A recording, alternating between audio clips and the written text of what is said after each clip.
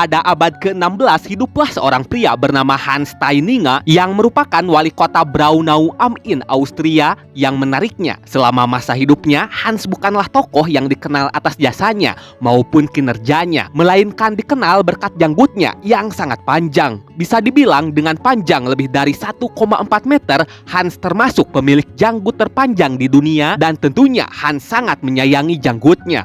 Maka tak heran Hans sangat menjaga janggutnya dengan penuh kehati-hatian. Setiap harinya Hans selalu menggulung janggutnya, lalu dilipat rapi dan kemudian dimasukkan ke dalam kantong kulit yang dijahit khusus untuk tempat penyimpanan janggut. Semua ini Hans lakukan untuk memudahkan aktivitasnya. Menariknya, selama masa hidupnya tak ada satupun warga kota yang pernah melihat janggut Hans terbentang utuh, karena seperti yang dijelaskan sebelumnya, Hans selalu memasukkan sebagian janggutnya ke dalam kantong kulit ketika sedang beraktivitas. Sayangnya, tak ada yang menyadari janggut panjang Hans mampu membahayakan dirinya, dan hal ini terbukti tepat pada tahun 1567. Kala itu malam sangat dingin dan angin cukup kencang. Sialnya, obor yang terlalu dekat dengan gudang jerami terhempas oleh angin yang menyebabkan kebakaran besar dengan cepat melanda kota dan melahap satu persatu bangunan kota. Para warga sangat panik dan dengan cepat melarikan diri.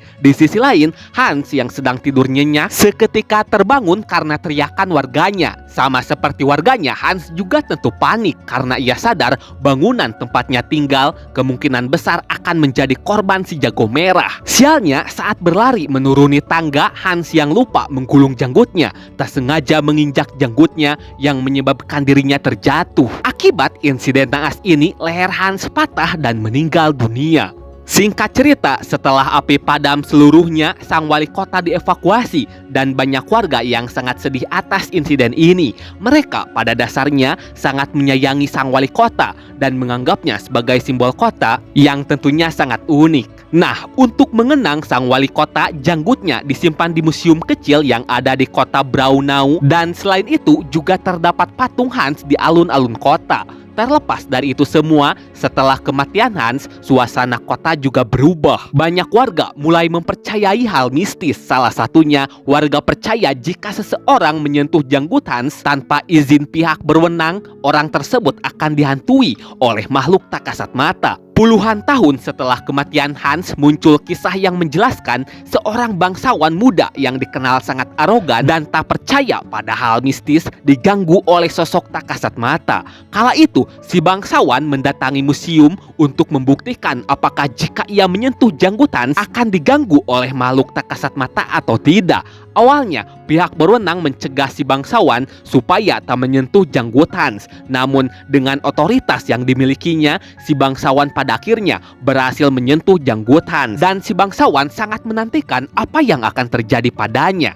Waktu terus berlalu, malam pun datang menyapa. Di penginapan yang nyaman, si bangsawan yang sedang tidur nyenyak tiba-tiba terbangun karena seperti ada yang mencekiknya. Ia mencoba berteriak, namun ia tak bisa. Dan mau tak mau, ia harus menghadapi siksaan dari makhluk tak kasat mata. Pada pagi hari, si bangsawan ditemukan dalam keadaan menggigil, tatapan matanya kosong, dan di lehernya terdapat bekas guratan yang melingkar yang dipercaya oleh warga ini merupakan ulah makhluk halus yang menggunakan janggut Hans untuk menjerat leher si bangsawan.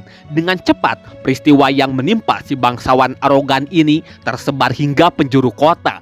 Dan semenjak saat itu, warga kota semakin percaya janggut Hans dijaga oleh roh yang juga bertugas untuk menjaga kota. Dan selama janggut Hans dihormati dan tidak disentuh sembarangan tanpa izin, roh tersebut akan menjaga kota dari bencana apapun dan tak akan mengganggu siapapun.